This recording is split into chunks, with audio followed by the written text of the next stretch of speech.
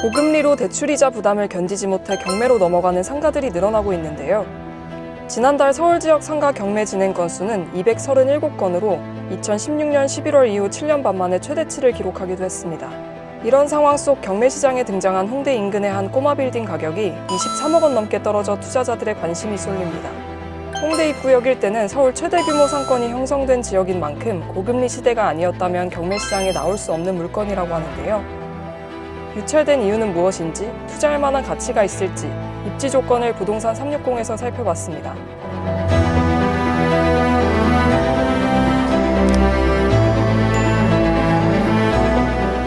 네, 저는 지금 경매로 나온 홍대 꼬마 빌딩 현장에 나와 있는데요. 4층짜리 건물인 이 물건은 올해 4월 감정가 64억 8천만 원의 첫 경매가 진행됐습니다. 이후 두 차례 유찰돼 가격은 41억 원대까지 떨어졌는데요. 한번 자세히 둘러보실까요? 보이는 것처럼 건물 외관은 지어진 지 오래돼 노후화된 모습인데요. 서울시 마포구 동교동에 위치한 이 빌딩은 1980년대에 준공돼 건물 가치는 매우 낮은 편입니다.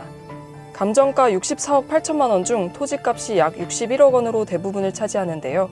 토지 면적은 82평으로 작지 않은 편이고 건물 면적은 217평입니다. 지하 1층에서 4층으로 조성된 이 건물은 현재 1층에는 카페와 중개업소 등이 입점해 있고 나머지 층은 각 호실에 임차인이 거주하고 있습니다. 또한 이 물건에는 제시외 건물인 지하층 보일러실, 1층 사무실, 옥탑방 원룸 등이 표시되어 있는데요. 1999년 증축을 통해 조성된 공간으로 보입니다. 경매에 그 감정이 포함되고 했기 때문에 그 재산권 행사하는 데는 문제는 없습니다. 위치는 2호선 경의중앙선 홍대 입구역이 200m 거리에 있고 2호선 신촌역 또한 도보 10분 거리입니다. 홍대 상권을 누릴 수 있는 만큼 입지적 특성이 이 물건의 최대 강점이라고 하는데요. 상권이 살아있고 역세권에다가 학교가 주변에 메인 대학만 해도 4개가 있습니다. 홍대, 서강대, 연대, 이대가 있고 요 4개 학교만 해도 그 학생들이 아마 굉장히 많을 겁니다. 그래서 이쪽에 원룸의 임대가 아주 양호한 지역이고 상가도 공실이 거의 없는 그런 곳이라고 볼 수가 있습니다. 다만 건물 바로 앞에 고가도로가 위치하고 있다는 점도 고려해야 합니다. 동교동 위치는 좋은데 그 명과 암을 함께 가지고 있는 것 같아요. 동교동의 홍대 입구라는 큰 카테고리는 좋은 건데 이제 구체적으로 들어가면 요 물건이 있는 나이는 또 아주 유동인구가 이렇게 막 아주 저기한 것 같지 않다. 또 이게 5개 텐데 여기 그 와우교라고 고가교 있잖아요. 그 이 건물 앞에 이제 그 고가도로가 시작하고 있더라고.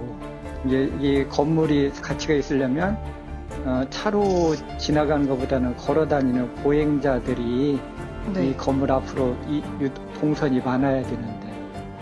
좋은 입지임에도 두 차례 유찰된 것 또한 이러한 요소가 영향을 미쳤다는 해석인데요. 다음 달 2일 최저가 약 41억 5천만 원에 진행되는 세 번째 경매에서도 주인을 찾지 못하면 가격은 33억 원대까지 내려갑니다. 또 다른 유찰 요인으로 인근 건물 대비 낮은 임대 수익도 꼽히는데요.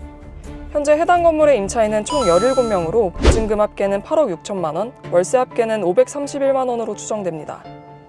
건물 연식이 오래돼 임차 수익이 낮은 편인데요. 원래대로면 한 번 유찰되고 낙찰될 법 했는데 아마 지난번에 50억대 낙찰되지 않은 이유가 이 건물이 제가 보니까 좀 오래됐더라고요. 그러다 보니까 이제 현재 건물에서 임차 기대 수익이 생각보다 높진 않은 것 같아요. 임차인이 10여 명에 달하는 만큼 낙찰자가 인수해야 할 보증금 여부도 확인해봐야 하는 사항입니다.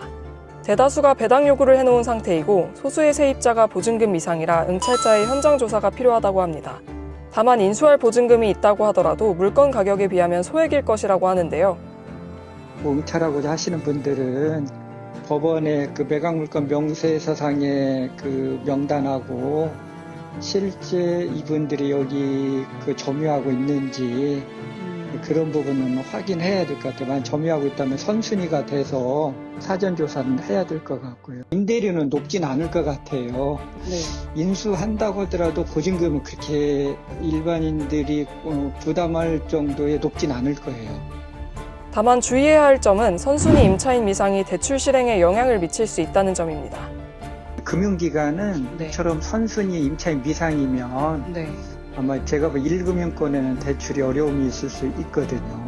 이 정도 물건을 자기 자본으로 낙찰받지는 않을 거 아니에요. 대출을 일으킨다라고 하면 철하기 전에 사전에 그 금융기관하고 대출 여부를 꼭 상담 후에 참여하셔야 나중에 낭패를 보지 않을까. 현재 물건 가격이 토지값보다도 20억 원가량 저렴한 만큼 이를 매수해 건물을 새로 지을 수요자라면 경매에 응찰해볼 만하다는 평가가 나오는데요. 빌딩을 신축한다면 지금보다 훨씬 좋은 조건으로 임대할 수 있기 때문입니다. 이 물건으로 볼 것 같으면 공법상 2종 일반 주거지역으로 되어 있습니다.